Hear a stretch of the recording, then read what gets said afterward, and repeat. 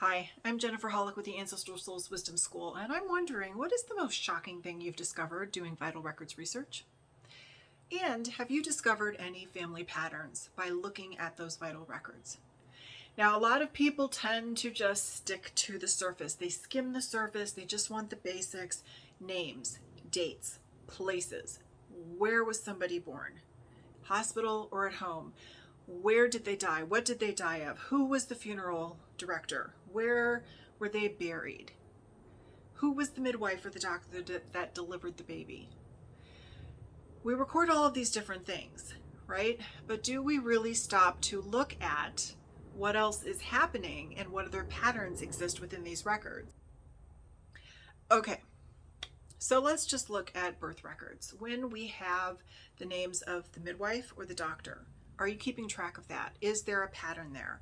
Also, are you investigating who those people were, especially if it was a midwife and the baby was born at home? Did that person have a connection either to that neighborhood, that town? Were they important? Maybe more important than, say, other midwives or other doctors? What can you learn about them? That might also be a good question to ask yourself and investigate if there were questions about some of the births and maybe children that died during childbirth or the mothers that died during childbirth.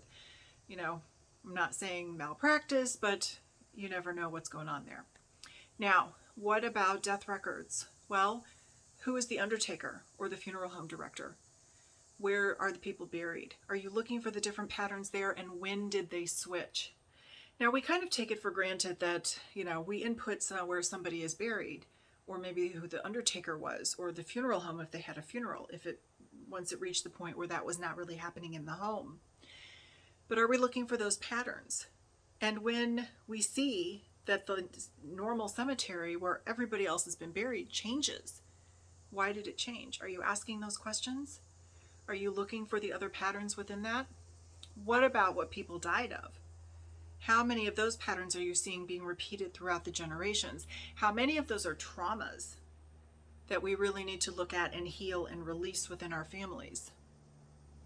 Also, something else, as we input all of these kids within our family tree, I think we forget to look at the patterns of births and deaths. So what does this mean? When I look at my great-grandmother Bessie's life, and I really dive into the dates that her siblings and she were born, the dates that her siblings died, what happened there?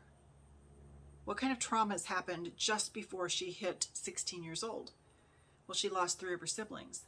That probably had an impact on her. Go down a generation. Now she's having her own children, and she lost 3 children.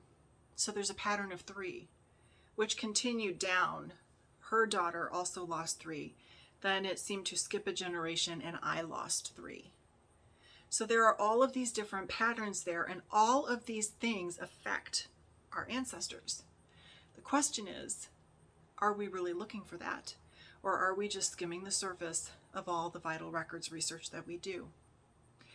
What other patterns might you discover that were either great events or traumatic events, or things that really shook and shaped the family? Maybe it created a move or a migration to happen, or an immigration.